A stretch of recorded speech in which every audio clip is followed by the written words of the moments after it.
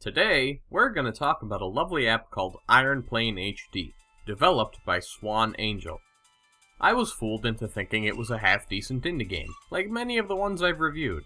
Not great, but definitely playable and enjoyable on some level. I was sorely mistaken, and I've come to share those mistakes with you. IronPlaneHD is a standard shoot-'em-up game. You control the plane and fire at enemies that rain down from the top of the screen. The controls are absolutely terrible, to the point that the word control can no longer legally define them. You have 4 directional buttons, and another button in the middle of them all.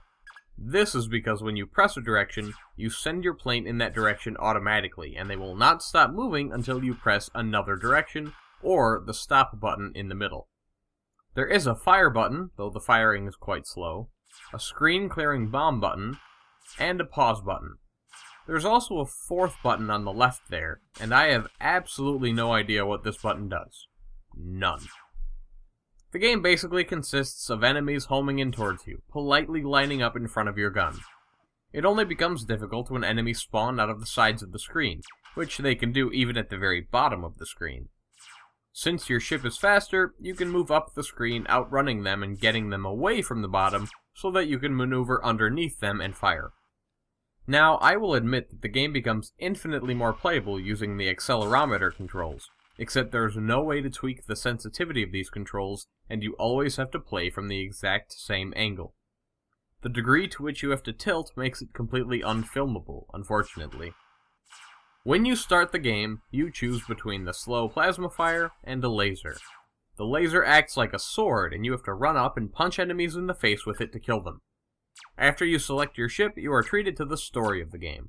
The story which is told through extremely slow scrolling words. Words that are arranged into fragmented, incomplete sentences. Also, for whatever reason, it scrolls in the very top left quadrant of the screen, leaving a ton of empty space.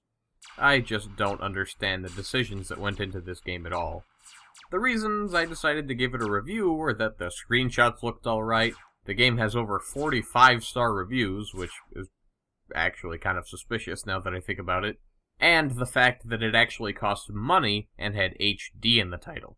There's nothing HD about this game, except maybe a few really well done backgrounds. All the sprites are blurry blobs of color. The user interface is god-awful, and you can barely make out all the icons on the screen, which are communicating all the important information to the player. The music is pretty good, though most of the gameplay has no music, and the sound effects all sound like basic stock effects. The game also has a tendency to crash, which is just the cherry to top everything off.